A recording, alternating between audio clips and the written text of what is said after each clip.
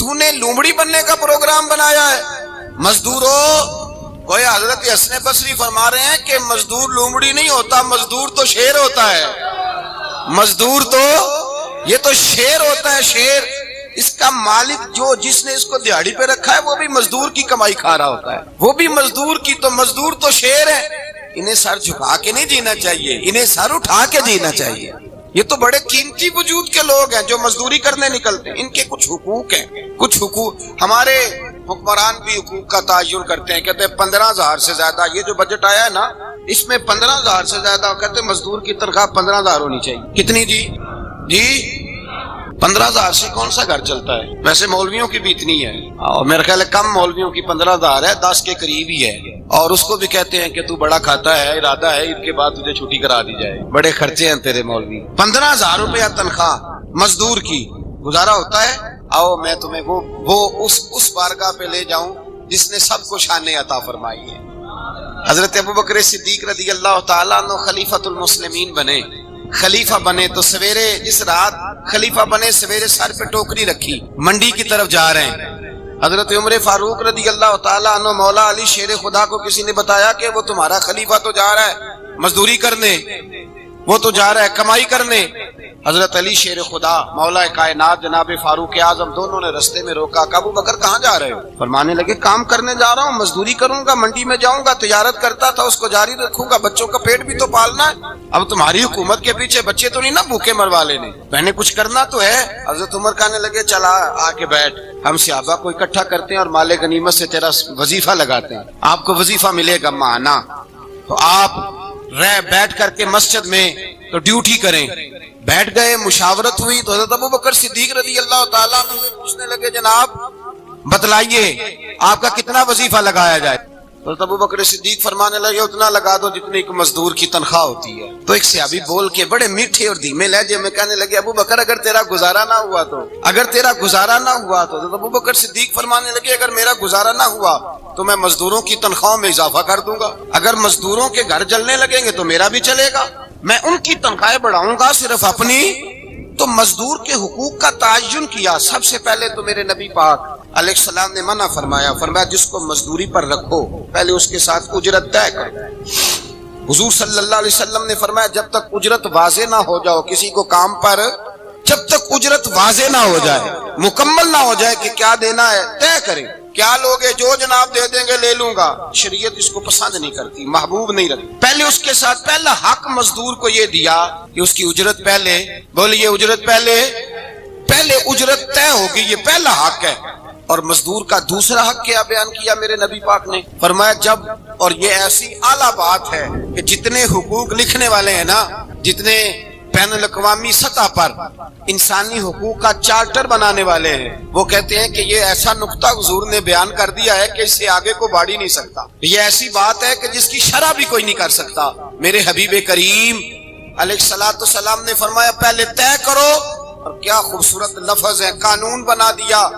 فرمایا جب مزدور مزدوری کر لے تو اس کا پسینہ خشک ہونے سے پہلے اسے ادا کر دینا، اس کا پسینہ خشک ہونے سے پہلے اسے اس کی مزدوری دے دو۔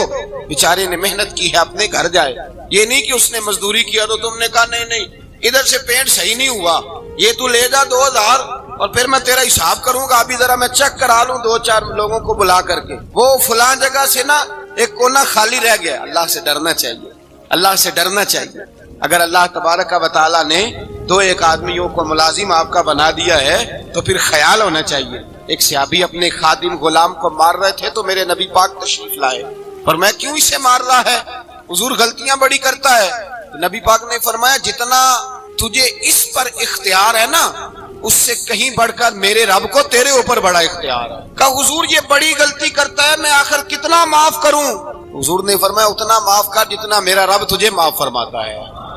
پتہ ہے تیری صبح سے لے کر شام تک کتنی کوتاہیاں ہیں۔ درگزر کا حکم دیا، پہلا حق یہ دیا مزدوری طے کرو، دوسرا حق یہ دیا پسینہ خشک ہونے سے پہلے ادا کرو، تیسرا حق یہ دیا کہ اس سے درگزر کرو، غلطی ہو جائے تو درگزر کرو۔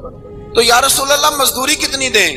میرے نبی پاک بخاری مسلم حضور سید عالم صلی اللہ علیہ وسلم نے فرمایا مزدور کا حق بیان کیا نبی پاک نے، اور ایک بات ارشاد فرمائی تو اس کے اندر کئی پہلو، ایک حدیث میں کئی پہلو بیان فرمائے۔ حبیب پاک نے فرمایا جیسا تم کھاتے ہو ویسا ہی اسے کھلانا۔ کوئی نہیں، آپ شاید سو رہے ہیں کچھ حضرات، جیسا خود کھاتے ہو ویسا ہی، بھائی بس ختم ہو گئی بات۔ اتنی بڑی بات کر دی سرکار نے۔ کبھی دیکھا ہے آپ نے کہ مزدور کو ایسے کھلایا جا رہا ہو جیسا مالک کھا رہے ہیں؟ حضور نے فرمایا بھائی مزدوروں کا حق یہ ہے کہ جیسا تم نے کھانا ہے ویسا اسے کھلانا ہے، اور فرمایا جیسا تم نے پہننا ہے ویسا اسے پہنانا ہے۔ اور پھر میرے حبیب کریم علیہ الصلوۃ والسلام نے ارشاد فرمایا اس کی ہمت سے بڑھ کر تم اس پر بوجھ نہیں ڈال سکتے، جتنا کام وہ کر نہیں سکتا اتنا تم اسے دے نہیں سکتے۔ اور فرمایا اگر اتنا کام دینا ہے جو اس کی ہمت سے زیادہ ہے تو میں اس کے مالک کو کہتا ہوں وہ بھی اٹھ کے مزدور کے ساتھ کام پہ لگ جائے، اٹھے اس کے ساتھ کام میں شریک ہو جائے۔ مزدوری کا بھی تعین فرمایا، اور پھر اس کو کام کس مقدار کا دینا ہے، مزدور کو کس قدر زیادہ اس پر بوجھ ڈالا جائے گا، یہ بھی مصطفیٰ کریم نے بیان فرمایا۔ فرمایا جو لا یکلف اللہ نفسا الا وسعها، اللہ بھی تم پر وہ بوجھ نہیں ڈالتا جو تم اٹھا نہیں سکتے، تو کسی مزدور کو تم ایسا کام نہیں بتاؤ گے۔ حضرت عثمان غنی رضی اللہ تعالیٰ عنہ ایک دن حضرت عمر فاروق سے کہنے لگے عمر بس کر دے یار، تیرے بعد بھی تو لوگوں نے خلیفہ بننا ہے، کیسے کوئی تیرے رستے پہ چلے گا؟ حضرت عثمان غنی سے جناب عمر کہنے لگے کیا ہو گیا؟ آپ فرمانے لگے کل میں دیکھ رہا تھا کہ لوگ باغ میں مزدوری کر رہے تھے اور آپ امیر المومنین ہو کے ان کا ہاتھ بٹا رہے تھے، ہاتھ بٹا رہے تھے۔ تو حضرت عمر کہنے لگے بوڑھے تھے، بیمار تھے، مزدوری کر رہے تھے تو پسینہ بہ رہا تھا، کیا ہو گیا اگر تھوڑا سا میں نے ساتھ دے دیا؟ حضرت جناب سیدنا فاروق اعظم یہ لفظ کہتے ہوئے رو پڑے۔ آپ فرمانے لگے میں کسی بادشاہ کا شہزادہ نہیں، میں بھی اسی باپ کا بیٹا ہوں جو اونٹ چرا کے گزارا کیا کرتا تھا۔ میں نے آگے بڑھ کے لوگ حیثیت بھول جاتے ہیں، اپنی حیثیت بھول جاتے ہیں۔ اللہ تبارک و تعالیٰ جب کچھ عطا کرتا ہے ان کا رویہ اپنے ماتحتوں کے ساتھ اتنا سخت اور جابرانہ آمرانہ ہو جاتا ہے، اس قدر زیادہ ان کے لب و لہجے میں کڑواہٹ آ جاتی ہے، اس قدر زیادہ ان کی طبیعتوں کے اندر سختی اور غرور بھر جاتا ہے کہ وہ احساس ہی نہیں کرتے کہ جو سامنے بیٹھا ہے وہ بڑا ایک دکھی انسان ہے اور وہ تکلیف میں ہے، وہ آزمائش میں اپنے آپ کو مبتلا سمجھ رہا ہے۔ حضرت ابو ذر غفاری رضی اللہ تعالیٰ عنہ فرماتے ہیں میں اپنے ماتحتوں کے حق میں بڑا سخت تھا، سخت تھی میری طبیعت، میرے غلاموں کی جرت ہی نہیں تھی کہ وہ میرے سامنے گفتگو کر سکیں اور ٹھہر بھی سکیں۔ فرماتے ہیں جس دن میں کلمہ پڑھنے گیا، جس دن میں حضور کی بارگاہ میں، تو میں نے کہا حضور کوئی خاص نصیحت؟ تو نبی پاک نے فرمایا میری نصیحت تیرے لیے یہ ہے کہ جیسا تو نے کھانا ہے ویسا ہی غلام کو کھلانا ہے، جیسا تو نے پہننا ہے ویسا ہی غلام کو پہنانا ہے۔ حضرت ابو ذر کہتے ہیں جو میرے اندر کمی تھی وہی میرے نبی نے نصیحت کر دی، جو میرے اندر کوتاہی تھی وہی غیب جاننے والے رسول نے بتلا دی۔ فرماتے میں گھر گیا، جب میں جاتا تھا تو ملازموں کا سانس خشک ہو جاتا تھا، وہ کانپنے ہانپنے لگتے تھے کہ جانے اب یہ کیا کرے گا۔ حضرت ابو ذر غفاری فرماتے ہیں میں گیا، ایک شخص سے میں نے کہا کھانا پکاؤ، کھانا پکایا، دسترخوان پہ لگایا اور اپنے سارے ملازموں کو کہا آؤ یار میرے ساتھ بیٹھ کے روٹی کھاؤ، آؤ سارے میرے ساتھ بیٹھ کے کھانا کھاؤ۔ فرماتے ہیں انہوں نے کھانا کھایا، پھر میں ان کو بازار لے گیا، جیسے کپڑے میں پہنتا تھا ویسے ہی میں نے ان کے لیے بھی خریدے۔ فرماتے ہیں میرے غلام کہنے لگے آقا خیر تو ہے نا، خیریت تو ہے نا، کیا ہوا؟ مزاج مبارک تو ٹھیک ہے، کیا ہو گیا؟ اور یہ جو ہم فضا کو اتنا خوبصورت دیکھ رہے ہیں اور یہ جو ہم اتنی پیاری ریم جھم برستی دیکھ رہے ہیں یہ جاری رہے گی یا ایک دن کی ہے؟ حضرت ابو ذر غفاری رو پڑے، کہنے لگے اب تمہیں ابو ذر غفاری بدلا ہوا ملے گا، اس لیے کہ اب میں وہ نہیں رہا، اب میں رسول اللہ کا کلمہ پڑھ کے غلام مصطفیٰ بن گیا ہوں، اب میں بدل گیا ہوں، میری طبیعت بدل گئی۔ غلاموں کے حق میں حضرت مولا علی شیر خدا غلام کو لے کر کے گئے دکان پر، حضرت مولا علی غلام کو لے کر گئے کپڑے کی دکان پر، 2 جوڑے خریدے، ایک کم قیمت کا ایک زیادہ قیمت کا، ایک کم قیمت کا ایک زیادہ قیمت، 2 جوڑے خریدے۔ جب واپس لوٹے تو غلام سے کہنے لگے تو اپنا لے لے۔ غلام کو پتا تھا کہ اس زمانے میں ہوتا کیا تھا، اس نے کم قیمت کا جوڑا اٹھایا۔ حضرت علی فرمانے لگے عجیب آدمی ہے، یہ تو تیرا نہیں یہ تو میرا ہے۔ اس نے کہا حضور کس طرح سے؟ آپ فرمانے لگے تیرے لیے قیمتی جوڑا اس لیے خریدا ہے کہ تو جوان ہے، اور میں نے اپنے لیے اس لیے چھوٹا خریدا ہے کہ میں تو اب بوڑھا ہو گیا ہوں، یہ تو حاجت نہیں۔ کہنے لگا حضور بوڑھے اور جوان کا مطلب نہیں، آپ علی ہیں، من کنت مولا وھذا علی علی مولا، علی مولا، آپ چونکہ مولا علی ہیں اور آپ امیر المومنین ہیں، لہذا آپ نے تخت پر بیٹھنا ہے، آپ نے سلطنت کو چلانا ہے، آپ پہ نہیں ہے۔ حضرت علی فرمانے لگے تو میرا غلام بنا ہے نا, تو نے ابھی میرے نبی کا دیدار نہیں نہ کیا, تو بعد میں آیا ہے نا. اگر تو اس دور میں ہوتا تو جان جاتا کہ یہ عمل میرا ہے, پر اس کے پیچھے جو نصیحت کے پھول ہیں وہ مصطفیٰ کے عطا فرمائے ہوئے. تو بھائی یاد رکھیں, نبی کریم سید عالم صلی اللہ تعالی علیہ وآلہ وسلم نے تعین فرمایا مزدور کے حقوق کا, تعین کیا. حضرت حکیم بن حزام کہتے ہیں میں حضور کی بارگاہ میں بیٹھا تھا تو نبی پاک صلی اللہ علیہ وسلم سے میں نے کہا یا رسول اللہ آپ کو کون سا آدمی پسند ہے, کون سا محنت کرنے والا پسند ہے؟ تو حضور نے فرمایا جس کے دونوں ہاتھ کام کریں, دونوں پیر چلیں اور اس کی پیشانی پر پسینہ آئے, وہ بندہ مجھے بڑا اچھا لگتا ہے. جس کی پسینہ آئے. آج لوگ مزدوری نہیں کرتے, دائیں بائیں دیکھتے ہیں. لوگ اپنے اندر وہ توانائی, وہ غیرت, وہ خودداری پیدا نہیں کرتے. بھائی گردن کو جھکا دیتا ہے خیرات کا پتھر, جہاں میں مانگنے والوں کے سر کبھی اونچے نہیں ہوتے. اور ایک بار کہنے لگے غیرت ہے بڑی چیز جہاں نے تگ و دو میں پہناتی ہے یہ فقر کو تاج سردارا. اپنے اندر یہ توانائی پیدا کرنی چاہیے, یہ کوشش کرنی چاہیے. میرے نبی کریم صلی اللہ علیہ وسلم نے فرمایا تمہارے بعض گناہ ایسے ہیں جو صرف تم مزدوری کرنے جاؤ گے تو اللہ تمہاری مزدوری کی وجہ سے ہی تمہارے گناہ معاف فرما دے گا. اللہ تمہاری محنت اور کوشش کے سبب سے تمہاری ان غلطیوں سے درگزر فرمائے گا. حبیب کریم سید عالم صلی اللہ علیہ وسلم نے فرمایا مزدور جب قیامت کے دن آئے گا, بھئی عالم تو آیا, صوفی تو آیا, درویش تو آیا, صحابہ تو آئے, ان کا آنا تو شفاعت کے لیے شمار کیا گیا. میرے مصطفیٰ نے فرمایا جب مزدور آئے گا, مزدور کی سب سے بڑی غلطی یہ ہے کہ مزدور اپنے آپ کو نیچ سمجھتا ہے. مزدور کی سب سے بڑی غلطی یہ ہے کہ یہ اپنے آپ کو چھوٹا سمجھتا ہے. اس کی زیادتی یہ ہے کہ یہ اپنی سوچ کو بڑا نہیں کرتا. یہ سمجھتا ہے نہیں کہ بھئی میں تو دو ہاتھوں کی محنت کی کمائی کھاتا ہوں, یہ آرزوئے کرم اور میں آپ سے کروں, یہ بھیک اس کو دیجئے جس کا خدا نہ ہو. مزدور کی زیادتی یہ ہے کہ یہ اپنے آپ کو چھوٹا جانتا ہے. میرے مصطفیٰ نے فرمایا جب مزدور محنت کرنے والا قیامت کے دن آئے گا تو اس کا چہرہ اس طرح چمکے گا جس طرح 14ویں کا چاند چمکا کرتا ہے. اس قدر اس کا چہرہ چمکے گا جب آئے گا وہ صبح قیامت. میرے بھائیو مزدور ایک عظیم شخصیت کا نام ہے. محنت کرنا, اپنے دونوں ہاتھوں سے مشقت کرنا, جدوجہد کرنا. مجھے کئی سارے لوگ, میں جب ملک کے مختلف گوشوں میں جاتا ہوں تو کئی سارے لوگ کہتے ہیں آپ کے ابا جی کا مزار کدھر ہے, آپ کس مزار کے سجادہ نشین ہیں؟ تو میں ان سے کہتا ہوں میں سجادہ نشین نہیں, میں تو کسان کا بیٹا ہوں, اور میں اس شخص کا بیٹا ہوں جو رات کو 2 بجے اٹھ کے بھی گھر سے نکلتے تھے 2 نفل پڑھ کے. تو ہم پوچھتے تھے کہ اماں جی ابا جی کہاں گئے, تو کہتے تھے چند کھیتوں کو پانی لگانا تھا, اور رات کو رخصت ہو گئے. فخر کی بات ہے, یہ اعزاز کی بات, یہ اعزاز کی بات ہے. ہم نے ساری زندگی ان کے ہاتھ پہ چھالے دیکھے, لیکن بات لفظ زبان پر یہی دیکھی کہ بیٹا عزت والا وہی ہوتا ہے جو اپنے ہاتھوں سے محنت کر کے روزی کھایا کرتا ہے. بھائی یاد رکھیں یہ اعزاز کی بات ہے. اعزاز, مزدور کا بیٹا فخر کرے, کسان کا بیٹا ناز کرے. وہ جو آدمی سویرے جاتا ہے ویلڈنگ کا پلانٹ لے کے کام کرنے, اس کا بیٹا ناز کرے. وہ جس کا باپ بھاوڑا چلاتا ہے, چھینی چلاتا ہے, تھوڑا چلاتا ہے, وہ ناز کرے. اور مزار صرف ان لوگوں کے نہیں ہوتے جو اللہ اللہ کرتے ہیں, ہو کرتے ہیں, وہ تو قابل اعزاز ہے اللہ کے بندے, ان کے بھی مزار ہوتے ہیں.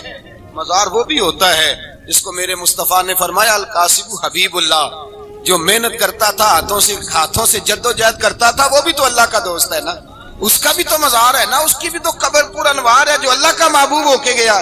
تو بھائی اپنا اعزاز جانے, سمجھے اس بات کو. میرے مصطفیٰ کریم صلی اللہ علیہ وسلم مزدور کو عزت دیتے, وقار دیتے, اور جو حضور کے گھر میں خادم ہوتے ان کی ناز برداری کرتے. ہمارے گھر میں جو بی بی برتن دھوتی ہے وہ ہمارے ساتھ بیٹھ کے روٹی نہیں کھا سکتی, اس کو یہ اجازت نہیں ہوتی. ہمارا جو مزدور ہوتا ہے نا, ایک صاحب کہنے لگے یہ بچہ میرے پاس کام کرتا ہے, اس کے ابا جی بھی کرتے تھے. تو میں نے کہا اس کا مطلب یہ ہے کہ تم نے آگے نہیں بڑھنے دیا, تم نے کہا مزدور ہی رہنا ساری زندگی, یہی رہنا میرے پاس, آگے نہ بڑھنا.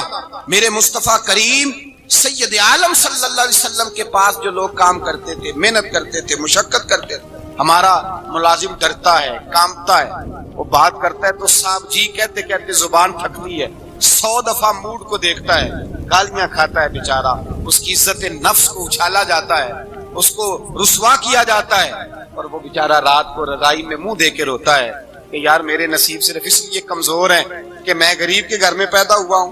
ہم احساس نہیں کرتے, اور مزدور کو کبھی موقع مل جائے جان چھوٹنے کا تو بھاگ جاتا ہے. ہمارا کردار اور اخلاق ایسا نہیں ہوتا.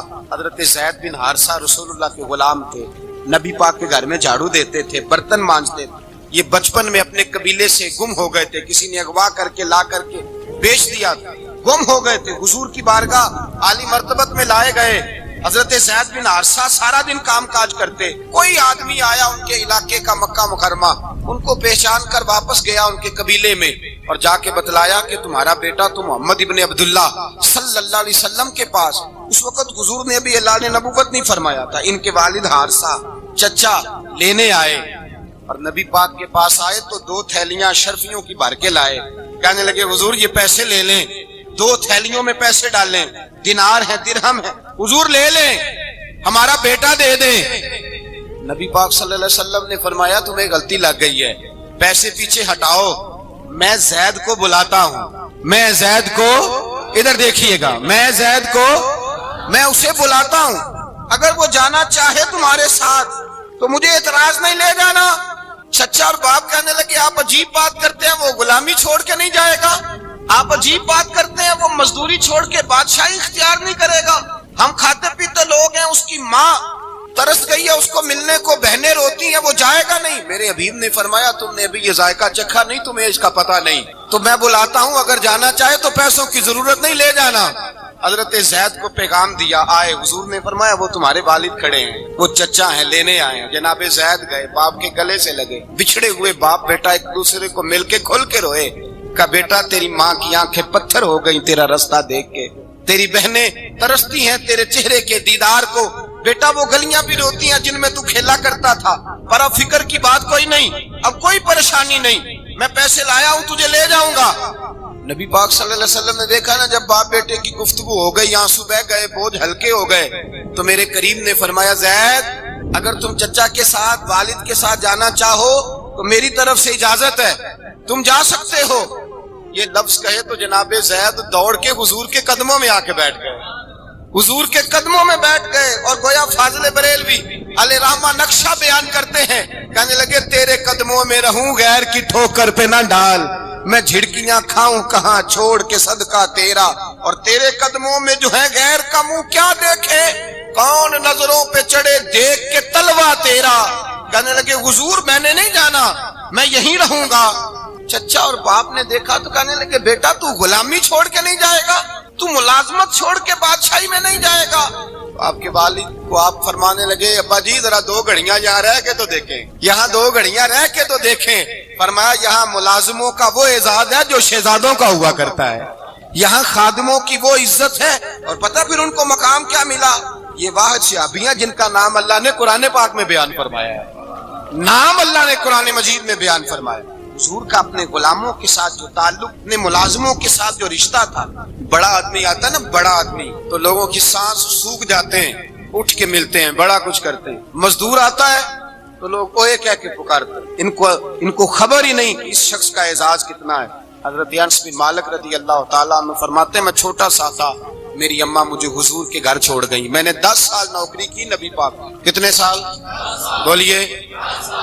12ویں دن لوگ کہتے ہیں بس بھائی ختم ہو گیا, اب فرینکنس ہو گئی ہے, اب جو مرضی تیرے ساتھ کریں گے. 10 سال نوکری کی میں نے, لیکن جناب انس فرماتے ہیں نبی پاک نے کبھی مجھے اف تک بھی نہیں کہا تھا, اف تک بھی نہیں کہا تھا, اف تک بھی. حضور نے بھیجا جاؤ فلاں آدمی کو بلا کر کے لاؤ. حضرت انس بن مالک رضی اللہ تعالیٰ عنہ فرماتے ہیں میں بلانے گیا, بچہ تھا چھوٹا سا, رستے میں بچے کھیل رہے تھے تو میں ان کے ساتھ کھیلنے لگا, محو ہو گیا, مجھے پتہ ہی نہ چلا وقت کا. حضور نے جب مجھے بھیجا تو فرمایا جلدی جانا اور جلدی آنا. اب مجھے خبر ہی نہیں, بڑی دیر ہو گئی. حضور وہاں انتظار کر کر کے خود تشریف لائے. کہتے جب نبی پاک آئے تو میں بچوں کے ساتھ کھیل رہا تھا. حضور نے جب مجھے کھیلتے ہوئے دیکھا, میری اچانک نظر پڑی تو میرے ہوش اڑ گئے. حضور نے تو کہا تھا جلدی آنا, اور میں یہاں کھیلنے لگا, یہاں اتنا الجھا کہ مجھے خیال نہیں رہا کس کام آیا ہوں. حضرت انس فرماتے ہیں میں ڈرنے لگا, جیسے جیسے حضور قریب آتے میری ٹانگیں کانپتی. فرماتے ہیں جب نبی پاک قریب آئے تو قربان جاؤں معصوم آمنہ کے, فرماتے ہیں حضور نے میری گردن پہ تھپکی دی اور حضور نے ہنس کے فرمایا او بھائی لگتا ہے تو کھیل میں گم ہوا ہے, تو تجھے یاد ہی نہیں رہا میں نے کس کام بھیجا تھا, تجھے یاد ہی نہیں رہا. کہا یا رسول اللہ صلی اللہ علیہ وسلم میں بھول گیا تھا, میں ابھی جاتا ہوں. کیا انداز ہے، کیا شفقت ہے، کیا رنگ ہے. حضور میں ابھی گیا اور ابھی آیا. نبی پاک نے فرمایا نہیں یار تو کھیل، میں خود ہی چلا جاتا، تو کھیل یہاں میں خود جاتا. یہ اعزاز، یہ فضیلت، یہ درجہ کس نے ذروں کو اٹھایا اور صحرا کر دیا، کس نے قطروں کو ملایا اور دریا کر دیا، یہ کس کی حکمت نے یتیموں کو کیا در یتیم اور غلاموں کو دنیا بھر کا مولا کر دیا. یہ کس نے اتنا؟ میرے بھائی مزدور کو حضور نے اعزاز دیا. نبی پاک اپنے ہاتھ سے کام کرنے والے کے ساتھ اس نے سلوک کرتے، محبت کرتے، پیار کرتے. ایک بوڑھی اماں تھی جو مسجد میں جھاڑو دینے کی مزدوری کرتی. کیا کام کرتی تھی؟ دعا کریں اللہ ہم سب کو مسجد کی صفائی کی توفیق عطا فرمائے. بوڑھی اماں تھی، مسجد کی صفائی کرتی تھی، نوکری کرتی تھی، بیمار ہو گئی. بخاری شریف میں موجود ہے اللہ کے محبوب صلی اللہ علیہ وسلم روز تیمارداری کرنے جاتے. ایک وقت ایسا آیا کہ دن میں 2 مرتبہ حضور تیمارداری کرنے جاتے. ایک شام نبی پاک نے فرمایا اس کا انتقال ہو جائے تو مجھے اطلاع کرنا. صحابہ کہتے ہیں رات کے وقت ان کا انتقال ہوا، ٹھنڈ کا موسم تھا، ہم نے حضور کو تکلیف دینا مناسب نہ سمجھا، ہم نے دفن کر دیا. سویرے اللہ کے حبیب نے پوچھا تم نے مجھے اطلاع کیوں نہیں دی؟ حضور سردی بڑی تھی. کون جاتا ہے مزدوروں کے جنازوں میں؟ کون جاتا ہے مزدوروں کے جنازے میں؟ یہاں تو اب جنازے بھی سیاسی ہو گئے ہیں. اب تو کوئی بہت بڑا امیر آدمی فوت ہو جائے تو وہاں رش ہوتا ہے، وہاں رش ہوتا ہے. غریبوں کا تو جنازہ بھی کوئی نہیں پڑتا. حضرت جناب سیدنا ابو ہریرہ رضی اللہ تعالیٰ عنہ فرماتے حضور نے فرمایا مجھے اطلاع کیوں نہیں دی؟ تمہیں اس کے اعزاز کا نہیں پتا؟ وہ مزدور تھی، مسجد میں جھاڑو دیتی تھی، تم نے خبر ہی نہیں دی. حضور وصال ہو گیا، فرمایا چلو مجھے بتاؤ قبر کہاں ہے. حضور سارا کچھ جانتے ہیں لیکن یہ ساری تمہید اس لیے بیان کی کہ ایک مزدور کی شان واضح ہو جائے. فرمایا بتاؤ قبر کہاں ہے. صحابہ کہتے ہیں ہم قبر پہ لے گئے تو میرے نبی نے فرمایا صفے بناؤ میں دوبارہ جنازہ پڑھاؤں گا. میں دوبارہ جنازہ نہیں ہو سکتا. اس وقت ہو سکتا ہے جب وارث نے نہ پڑھاؤ، پھر دوسرا جنازہ جائز ہے. وارث نہ پڑھے تو اس سے پہلے 20 جنازے بھی ہو جائیں تو جب وارث پڑھ لے پھر دوسرا جنازہ نہیں ہو سکتا. حضور نے دوسرا جنازہ اس لیے پڑھا ہے کہ حضور اپنی ساری امت کے وارث ہیں. نبی پاک ساری امت کے وارث ہیں. فرمایا پر بناؤ صفے میں جنازہ پڑھاتا ہوں. مزدور کو اعزاز دیا، پیار کیا. حضرت عبد الرحمن ابن عوف رضی اللہ تعالیٰ عنہ فرماتے ہیں ایک دن میرا دل کیا تھا کہ میں غریب ہو جاؤں. کیا ہو جاؤں؟ آپ اپنے لیے دعا نہ کریں لیکن حضرت عبد الرحمن ابن عوف کے الفاظ تو دہرائیں. وہ کیا کہہ رہے ہیں کہ میرا دل کرتا تھا میں اللہ ایک دن میرا، بڑے امیر آدمی تھے نا صحابہ میں سب سے زیادہ امیر، فرمانے لگے ایک دن میرا دل کیا میں غریب ہو جاؤں، غربت پسند کر لوں. اصل میں غریب کو اپنی شان کا نہیں نہ پتا. اسے جس دن پتا چل گیا کہ میں غریب کی عظمت کتنی ہے، غریب ہر وقت اپنے آپ کو کوستا ہی رہتا ہے. اور میں اکثر کہتا ہوں کہ یہ بڑے کا قصور نہیں کہ اس نے تجھے چھوٹا جانا ہے، یہ تیرا قصور ہے. تو احساس کمتری میں کیوں مبتلا ہوا؟ تو نے اپنے آپ کو چھوٹا کیوں جانا؟ تو نے اپنے آپ کو کمزور کیوں سمجھا؟ تو نے کیوں سمجھا کہ میں مزدور ہوں تو میری عزت ہی کوئی نہیں، میرا مقام کوئی نہیں؟ کیوں تو نے ایسا سمجھا اپنے لیے؟ حضرت عبد الرحمن میرے بھائی یاد رکھیں جب غریب کو پتا چلے میری شان کیا ہے، میرے نبی پاک نے فرمایا میں غریبوں کے بیچ آیا ہوں، میں غریبوں میں رہا ہوں، میرے دائیں بائیں غریب رہتے ہیں اور قیامت کے دن جب میں جنت میں جاؤں گا تو میرے آگے پیچھے غریب لوگ ہی ہوں گے. میں غریبوں کے ساتھ مل کے جنت میں جاؤں گا. حضرت عبد الرحمن ابن عوف کہتے ہیں ایک دن میرا بھی دل کیا تھا. یہ سب سے امیر تھے صحابہ میں اور حضور نے فرمایا تو پکا جنتی ہے پر سب سے آخر میں جنت میں جائے گا، اس لیے کہ جتنا مال ہے اتنا حساب بھی تو دینا ہے پکے. حضرت عبد الرحمن ابن عوف کہتے ہیں ایک دیہڑے دل کیا تھا کہ میں ماڑا ہوتا، میں غریب ہوتا. یہ دل کیا میرا. کہا کس طرح؟ فرمانے لگے ایک مزدور صحابی تھے حضرت سعد انصاری نام تھا، وہ حضور سے ملنے آئے. جب انہوں نے ہاتھ ملایا نا نبی پاک سے تو حضور نے ان کا ہاتھ تھام لیا. غریبوں کمال کر دی میرے مصطفیٰ کریم نے. نبی پاک نے ہاتھ تھاما، حضور نے ہاتھ، آپ کو اس بات کی لذت نہیں آئی شاید، نبی پاک نے ہاتھ تھاما مزدور کا. مزدور کہتا میں نے چھڑانا چاہا تو حضور نے پکڑ لیا دبا کے، اور جب تھام لیا تو میں ٹھہر گیا، میں اپنی قسمت پہ ناز کرنے لگا. حضور نے میرا ہاتھ کھولا، کہتے ہیں ہاتھ پہ چھالے تھے، جگہ جگہ چھالے بنے ہوئے تھے. تو نبی کریم صلی اللہ تعالی علیہ وآلہ وسلم نے ہاتھ کھول کے فرمایا سعد یہ کیا ہوا؟ عرض کی حضور غریب ہوں، بوڑھے ماں باپ ہیں، چھوٹے چھوٹے بچے ہیں، بہن بھائیوں کے حقوق ہیں، بیوی کے منہ میں حلال کا لقمہ دینا ہوتا ہے. یا رسول اللہ پھاوڑا لے کے، کئی لے کے، کدال لے کے، بیلچا لے کے مزدوری کرتا ہوں، میدان میں نکلتا ہوں، صبح سے گیا تھا اب آیا ہوں, ہاتھوں میں نشان پڑ گئے ہیں. حضرت عبدالرحمن ابن عوف فرماتے ہیں جس کے قدم چومنے کو دنیا ترسے, اس رسول نے سر مبارک جھکایا اور غریب کے ہاتھ کو چوم لیا. نبی پاک نے بوسہ دیا اور پھر فرمایا کیا؟ فرمایا یہ وہ ہاتھ ہیں جن سے خدا بھی پیار کرتا ہے, محمد مصطفیٰ بھی محبت فرماتے ہیں. نبی رحمت علیہ السلام نے فرمایا یہ تیرا وہ ہاتھ ہے جس سے اللہ بھی پیار کرتا ہے اور اللہ کا. تو مزدور کو پھر ناز کرنا چاہیے کہ پریشان رہنا چاہیے؟ بولے نا, مزدور کو ناز کرنا چاہیے نا, اس کو اپنا ہاتھ کھول کھول کے دیکھنا چاہیے اور اسے کہنا چاہیے اللہ نے مجھے وہ ہاتھ عطا فرمایا جس سے رب بھی پیار کرتا ہے, مصطفیٰ بھی پیار کرتے ہیں. اسے تو اعزاز سمجھنا چاہیے, فضیلت جاننی چاہیے, اسے تو ناز کرنا چاہیے. اللہ تبارک و تعالیٰ نے مجھے یہ اعزاز دیا ہے. کسان جو کھیتوں میں مزدوری کر رہا ہے, وہ مزدور جو کسی فیکٹری میں گیا ہے, رزق حلال کی تلاش میں نکلا ہے, اسے تو میرے بھائی ناز کرنا چاہیے, اسے تو خوش ہونا چاہیے کہ اللہ نے مجھے یہ فضیلت دی. ترستے ہوئے غریب, جان بوجھ کے اپنے آپ کو پریشان رکھتے ہوئے لوگ اگر جان جائیں کہ فضیلت کیا ہے, عظمت کیا ہے, اور پھر غلام کے ساتھ سلوک کیا کرنا ہے. ایک یہودی کا بیٹا نبی پاک کی خدمت کرتا تھا اکثر, یہودی کا بچہ, وہ بیمار ہو گیا, روز آتا تھا, چھوٹے موٹے کام کرتا تھا, بیمار ہو گیا. حضور نے فرمایا چلو تیمارداری کرنے چلو. کس کی جی؟ غلام کی, نوکر کی. یہاں صاحب کہتے ہیں 5,000 روپیہ لے جاؤ, وہ بڑے احسان کے ساتھ 5,000 روپیہ لے جاؤ اور دے آنا, اور اسے کہنا سر جی پوچھ رہے تھے تیرا کیا حال ہے, وہ بات ختم ہو گئی. حضور بنفس نفیس گئے اور غریب کا گھر تھا, وہ یہودی باہر نکلا جس کا بیٹا بیمار تھا. کہتا جب دروازے پہ میں نے مسلمانوں کے نبی کو کھڑے دیکھا تو میرے پیروں تلے زمین ہی نکل گئی. میں نے کہا حضور مجھ غریب کی کٹیا میں کیسے آئے؟ پر میں تجھے پتا ہے نا تیرا بچہ میری نوکری کرتا تھا, یا بیمار ہو گیا, میں تیمارداری کرنے آیا. وہ یہودی کہتا مجھے خیال یقین ہی نہ آئے کہ میرے گھر میں حضور, تو امیر حرم, میں غریب بے نوا, تو کجا من کجا, میرے گھر میں حضور آئے. کہتے کہاں ہے ہمارا پیارا؟ حضور وہ لیٹا ہوا ہے. صحابہ کہتے ہیں نبی پاک سرانے گئے تو اس کا آخری وقت تھا, تھوڑا سا ٹائم تھا. میرے مصطفیٰ نے فرمایا تو میری نوکری کرتا تھا, آج میں تیری تیمارداری کرنے آیا ہوں. غلاموں سنو, جو رسول اللہ کی نوکری کرے آخری وقت آئے تو اللہ کے رسول پہنچ جایا کرتے ہیں, حضور پہنچ جایا کرتے ہیں. نجم کی ہے خدا آرزو ہے یہی, عاشق زار کی آبرو ہے یہی, موت کے وقت سر ان کے قدموں میں ہو, دید ہوتی رہے دم نکلتا رہے. حضور پہنچ جاتے ہیں. نبی پاک تشریف لائے, بیٹھے سرانے. حضور نے جب اپنا برف سے ٹھنڈا اور کستوری سے زیادہ خوشبو والا ہاتھ اس کے بالوں میں پھیرا, آنکھیں کھولی, حضور نے فرمایا چل کلمہ پڑھ جا, چل میرا کلمہ پڑھ جا. ساری دنیا در رسول پہ آ کے کلمہ پڑھے اور حضور اسے کلمہ پڑھانے گھر تشریف لے گئے. یہ ایک مزدور کو, ایک محنت کرنے والے کو اعزاز دیا. گھر گئے, کلمہ پڑھ لے. اس نے اپنے والد کی طرف دیکھا اور والدہ کی طرف دیکھا, ماں باپ یہودی ہیں, رونے لگے, کہنے لگے بیٹا یہ ہم سے زیادہ بڑھ کر تیرے حق میں خیر خواہ ہے, جیسے کہتے ہیں کر لے. اس نے کلمہ پڑھا اور حضور کی گود میں لوٹ پوٹ ہونے لگا. کلمہ پڑھا, روح پرواز کر گئی. شارحین کہتے ہیں جب نبی پاک وہاں سے نکلے تو حضور نے فرمایا اٹھاؤ اس کی میت کو.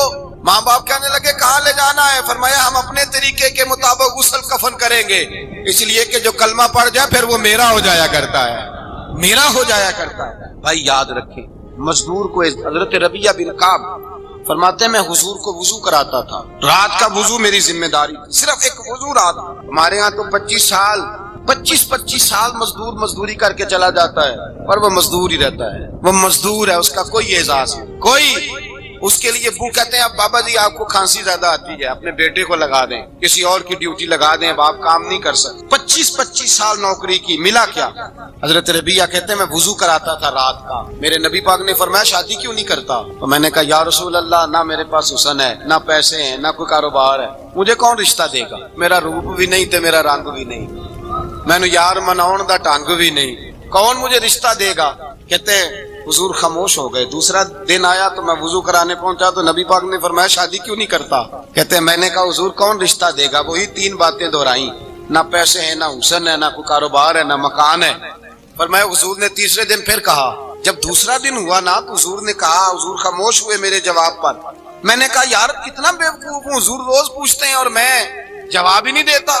کہتے ہیں تیسرے دن میں نے ارادہ کیا آج نبی پاک پوچھیں گے تو میں کہوں گا حضور جیسے دل کرتا ویسے ہی کرا دیں. کہتے ہیں تیسرے دن میں گیا, سارا وضو کرا لیا, پر نبی پاک نے پوچھا ہی نہیں. میں ارادہ کر کے گیا تھا کہ آج پوچھیں گے تو بتا دوں گا, حضور نے پوچھا ہی نہیں. فرماتے ہیں وضو مکمل ہو گیا, میں دروازے تک چلا گیا تو مصطفیٰ نے آواز دی. فرمایا واپس پلٹنا. میں پلٹا تو حضور نے فرمایا تو شادی کیوں نہیں کرتا؟ کہتے ہیں میں کھل کے مسکرایا. میں نے کہا محبوب تیرے کرم پہ قربان جاؤں, کیا انداز محبت ہے. حضور مہربانی کریں کرا دیں. فرمایا فلاں سردار کے پاس جا, ایک وضو کراتے ہیں, اور اعزاز حضور نے کتنا دیا, جا سردار کے پاس اور اسے جا کے کہہ کہ اللہ کے رسول فرماتے اپنی بیٹی کا نکاح تیرے ساتھ کر دے. فرماتے میں گیا, ماں باپ کو بڑی فکر ہوتی ہے بیٹیوں کی. وہ کہنے لگا میں شام کو خود نبی پاک کی بارگاہ میں آؤں گا. کہتے میں باہر نکلنے لگا تو وہ بچی پردے کی اوٹ سے بولی, کہنے لگی غلام ٹھہر جا, ابا جی آپ کو میری فکر ہے, اماں جی میری فکر ہے. میری فکر نہ کریں اور یہ نہ دیکھیں آیا کون ہے, یہ دیکھیں بھیجا کس نے ہے. آپ مجھے حوالے کریں نبی پاک کے, حضور کے حوالے کریں, اللہ رسول مجھے کبھی ضائع نہیں کریں گے. حضرت ربیہ کہتے ہیں حضور نے میری شادی کا بندوبست کیا. حضرت بریدہ اسلمی سے کہا کہ تو اس کے لیے کھجور کی گٹھلی کے برابر سونا لا. حضرت حارثہ بن نعمان سے کہا تو اس کے لیے ایک کمرے کا حجرے کا بندوبست کر. حضرت عثمان غنی سے کہا تو نے ولیمہ کرانا اس کا. فرمایا میں تو تھوڑی نوکری کرتا تھا, مصطفیٰ نے ساری زندگی کا ہی بندوبست فرما دیا. یہ مزدور کے ساتھ حضور کا انداز. پہلے میں نے شروع میں کہا کہ مزدور اس بات کو سمجھتا ہی نہیں کہ اس کا مقام کتنا, وہ اس بات کو جانتا ہی نہیں اللہ نے اسے اعزاز کتنا دیا ہے. ملت کا جوان سب سے پہلے تو کبھی کسی کی جیب کی طرف نہ دیکھے. اور یہ بات یاد رکھ لیں, درجنوں بزرگوں کے ارشادات کی روشنی میں ایک موٹی بات بیان کر رہا ہوں, توجہ ہے میری بات پر. جس کی توجہ دوسروں کی جیب پہ ہوتی ہے وہ رسوا ہو جاتا ہے. کاہل لوگ جو زندگی میں صرف ہاتھ پھیلانے کے عادی ہوتے ہیں, ان کے دامن میں سوائے رسوائی کے کچھ نہیں آتا, ان کے حصے میں سوائے بدنامی کے کچھ نہیں آتا. اور جو اپنے بازو کی قوت کے زور پر, اقبال کہتے ہیں اپنی دنیا آپ پیدا کر اگر زندوں میں ہے, سر آدم ہے ضمیر کن فکاں ہے زندگی. اپنے لیے خود جینا سیکھیں, ملت کے لیے کچھ کرنا سیکھیں. معاشرے کے اندر اس سے ادھار پکڑ کے اس کو دے دیا, تو اس سے پکڑ کے اس کو دے دیا. 2 دن اس کے پاس چلے گئے لینے, تو 4 دن اس کے پاس چلے گئے. کبھی کو دوست باہر سے آ گیا تو اس کے پیچھے بھاگنے لگے, چاپلوسی کرنے لگے. 2-4 جوڑوں کی خاطر, ایک موبائل کی خاطر چھوڑیں اس دھندے سے باہر آئیں. میں نے کہا ایک پیشہ برا ہے, ایک پیشہ, اور وہ ہے ہاتھ پھیلانا. باقی کوئی پیشہ برا نہیں. 18 گھنٹے مزدوری کرو, نکلو باہر, نکلو میدان میں آؤ, جدوجہد کرو, مزدوری کرو جب تیرا ہاتھ مزدوری تک جائے. اور یاد رکھو رزق حلال کھانا ہے اور رزق حلال ہی کھلانا ہے. یہ وقار ہے, رزق حلال مومن کا وقار ہے. جو لوگ لقمہ حرام کھاتے ہیں وہ اپنا وجود کھو بیٹھتے ہیں, روحانی طاقتیں کھو بیٹھتے ہیں. میرے اعلیٰ حضرت رحمت اللہ علیہ فرماتے ہیں جس کا نماز میں دل نہ لگے, جس کا مسجد جانے کو دل نہ کرے, جس کا عبادت پہ توجہ نہ ہو, جس کا دین کی طرف رغبت نہ ہو, اسے غور کرنا چاہیے کہ اس کا کہیں رزق میں لقمہ حرام تو شامل نہیں ہو گیا. فرمایا جب لقمہ حرام شامل ہوتا ہے تو اللہ تبارک و تعالی معرفت کا نور چھین لیتا ہے. پھر انسان کی زبان سے تاثیر چلی جاتی ہے, پھر اس سے سجدوں کی جو کیفیت ہوتی ہے وہ روٹ جاتی ہے. درود و سلام کے ذائقے نصیب نہیں ہوتے. میرے مصطفیٰ کریم صلی اللہ علیہ وسلم گزر رہے تھے, ایک آدمی دعا مانگ رہا تھا, یا رب یا رب یا رب یا رب کہہ رہا تھا. نبی پاک نے فرمایا یہ قیامت تک بھی دعا مانگے تو اس کی قبول نہیں ہوگی. صحابہ نے کہا حضور آپ تو رحمت للعالمین ہیں اور آپ فرما رہے ہیں اس کی دعا قبول نہیں ہوگی. نبی پاک نے فرمایا اس لیے قبول نہیں ہوگی کہ جو کپڑے پہنے ہیں وہ بھی حرام پیسوں کے ہیں, اور جو اس نے کھایا ہے وہ بھی حرام پیسوں کا ہے, اور جو پیا ہے وہ بھی حرام پیسوں کا ہے. کیسے اس کی التجا اس کی بارگاہ میں قبول ہو جب یہ لباس سے لے کر خوراک تک اور خوراک سے لے کر مشروب تک ہر چیز ناجائز پیسے, تو معرفت کا حسن کیسے پیدا ہوگا؟ فجر میں آنکھ کیسے کھلے گی؟ قرآن پاک کی طرف دل کیسے جائے جب تیرے اندر رزق حلال جاتا ہے؟ حضرت بایزید بستامی فرماتے ہیں تو محنت کر کے حلال کی روٹی کھا, وہ تیرے وجود کے اندر جا کے نور بن جائے گی, اور ایسا نور بنے گی کہ وہ روٹی تجھے صبح خود جگا کے بیدار کرا کے اللہ کی بارگاہ میں جھکا دے گی. رزق حلال کھائیں, محنت کریں, جدوجہد کریں. حاتم طائی بہت بڑا سخی تھا. کسی شخص نے ایک دن حاتم طائی سے پوچھا کہ تو نے کبھی اپنے سے بھی بڑا سخی دیکھا ہے؟ کہنے لگا ہاں میں نے اپنے شہر کا ایک بابا دیکھا تو مجھ سے بھی زیادہ سخی, مجھ سے بھی زیادہ سخی, مجھ سے بھی زیادہ, تجھ سے زیادہ. کہنے لگے میں نے سارے شہر کی دعوت پکائی, چھوٹے بڑے امیر غریب سارے آئے, دعوت پکائی سارے شہر کی, سب لوگ آئے.